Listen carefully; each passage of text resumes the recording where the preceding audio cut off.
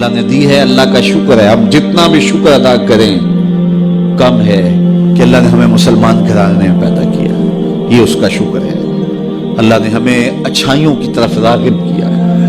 ہم میں سے کوئی ہی بد نصیب ہوگا جس کو نماز نصیب نہیں ہے. ہم میں سے زیادہ لوگ ہوں گے جن کو 5 گانا نماز نصیب ہے, سجدوں کی توفیق نصیب ہے. اب جو کمیاں کوتاہیاں دیگر زندگی میں ہیں ان کو دور کریں, اپنے رزق کو پاک کریں, رزق 100% پاک کرنے کی کوشش کریں. رزق اگر ناپاک ہے تو پھر باطن کبھی روشن نہیں ہو سکتا, باطن میں کبھی بھی اجالے نہیں ہو سکتے اگر رزق پاک نہیں. دعائیں قبول ہی نہیں ہو سکتی اگر رزق پاک نہیں ہے. رسول کریم صلی اللہ علیہ وآلہ وسلم نے ارشاد فرمایا, ایک شخص لمبا سفر کاٹ کے آتا ہے, کعبۃ اللہ کے سامنے کھڑا ہے اور یمد یدیہ, اور اپنے ہاتھ لمبے لمبے کر کے دعا مانگتا ہے اور کیا کہتا ہے, اللہ اے اللہ, ومطعمہ حرام ومشربہ حرام وغذی بالحرام, اس کا کھانا حرام, اس کا پینا حرام, وملبسہ حرام, اس کا لباس حرام, اور اس کو غذا بھی حرام کی تھی. جو بدن پلا ہے وہ حرام کی غذاؤں سے پلا ہے. رسول کریم فرماتے ہیں بتاؤ اس کی دعا کیسے قبولیت کے لیے شرط ہے کہ رزق پاک, رزق کی پاکیزگی کا خیال رکھیں. والدین کی رضا میں اللہ کی رضا رکھی گئی ہے. اگر والدین راضی نہیں ہیں تو پھر رب کی رضا نصیب نہیں ہوگی. ہاں صرف والدین اگر اللہ کے حکموں کو توڑنے کا کہیں تو ان کی یہ بات نہیں مانی جائے گی, باقی امور میں ان کی بات تسلیم کی جائے گی, اور ان کی رضا میں اللہ کی رضا چھپی ہوئی ہے. اپنی نظر کی حفاظت کریں. نگاہوں کی پاکیزگی عبادتوں میں سرور کا باعث اور سبب ہے, اور نگاہوں کی غلاظت سے عبادت کا سرور چھن جاتا ہے.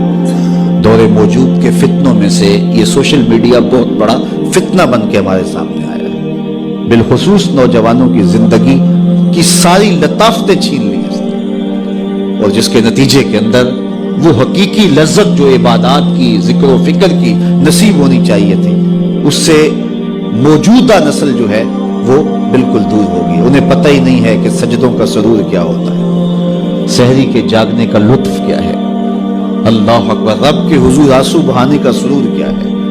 تو اپنی نظر کی پاکیزگی کا خیال اور لحاظ رکھیں. اس کا نتیجہ یقیناً عبادات کے اندر سرور کی صورت کے اندر برآمد ہوگا.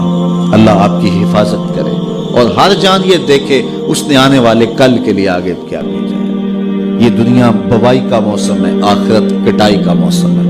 بوائی کے موسم میں جس نے تخم عمل ڈال لی ہے, کل کٹائی کے موسم میں کچھ کاٹ لے گا. اور جو کسان بوائی کے موسم میں مٹی سے مٹی نہیں ہوتا بلکہ کلف لگے لباس پہن کے گھومتا پھرتا ہے, نہ کبھی کھیتی میں گیا, نہ کبھی بیج ڈالا, نہ کبھی پانی دیا, نہ کبھی جڑی بوٹیاں تلف کی, تو کٹائی کے موسم میں وہ کچھ نہیں اٹھائے گا. یہ دنیا کھیل کود نہیں ہے, یہاں ہم کھیلنے کودنے کے لیے نہیں آئے ہیں, ہم یہاں کچھ کام کرنے کے لیے آئے ہیں. بہت تھوڑا وقت ہمیں ملا ہے. 60 سال 50 سال 70 سال کیا وقت ہوتا ہے. وہ میرا ایک دوست نکال رہا تھا کہ 60 سال اگر زندگی ہے 50 سال تو اس میں 8 گھنٹے روز سونا ہو, تو اگر 45 سال زندگی ہے تو 15 سال تو یہ نکل گیا, باقی 30 سال بچے. تو اس طرح 8-10 سال بچپن کے جو مدہوشی کے تقریباً ہیں وہ بھی گزر گئے. پھر روز 2-3 مرتبہ واش روم میں جانا پڑتا ہے, تو 13 سال اس نے نکالے تھے. کہ بڑے سال تمہارے پاس ہیں تو 13 سال ہیں. یہ ہے کل ٹوٹل زندگی. اب اس زندگی کو کہاں لگاتے ہو؟ اب اس زندگی کو کھا گیا سوشل میڈیا. یہ 13 سالہ جو زندگی بچی تھی, نمازوں کے اوقات بھی یہ کھا گیا, باقی اوقات بھی یہ کھا گیا. ہمارے پلے رہا کیا؟ پھر جب جائیں گے کیا خالی ہاتھ جائیں گے؟ آئیے اپنی زندگی کو, بالخصوص جوانوں کو میں کہتا ہوں, بڑے قیمتی لمحے ہیں جوانوں کے. بڑھاپے میں بھی سجدوں کی توفیق مل جائے تو بڑی بات ہے, لیکن جوانی میں جو سجدوں کا سرور ہے وہ بڑھاپے میں نہیں ہے. تہجد کا لطف بڑھاپے میں بھی بہت ہے, لیکن اگر جوانی میں سحری کے وقت اٹھ کے ایک جوان جب بستر کو چھوڑ کر کے مصلی بچھاتا ہے, عرش جھوم اٹھتا ہے. اللہ اکبر. آج ہر بندے کو شکایت ہے ہمارے گھر میں بھوت آ گیا, جادو آ گیا, ٹونا آ گیا, سایہ ہو گیا, بدروحیں آ گئیں, یہ ہو گیا, وہ ہو گیا. مجھے بتاؤ, جس گھر کی صبح کا آغاز ایسے ہوتا ہوگا اس گھر میں کوئی جادو آ سکتا ہے؟ کوئی بدروح آ سکتی ہے؟ وہاں تو رحمت کے فرشتے اترتے ہیں. پھر تمہیں کسی ملنگ بابے کے پاس جانے کی ضرورت نہیں ہوگی، ہر اتوار کو چکر کاٹنے کی ضرورت نہیں ہوگی کہ کہیں یہاں تعویذ پڑے ہیں، کہیں یہاں تعویذ پڑے ہیں۔ ہر وقت اسی چکر سے نکل ہی نہیں پاؤ گے، ساری زندگی وہم میں گزار دو گے۔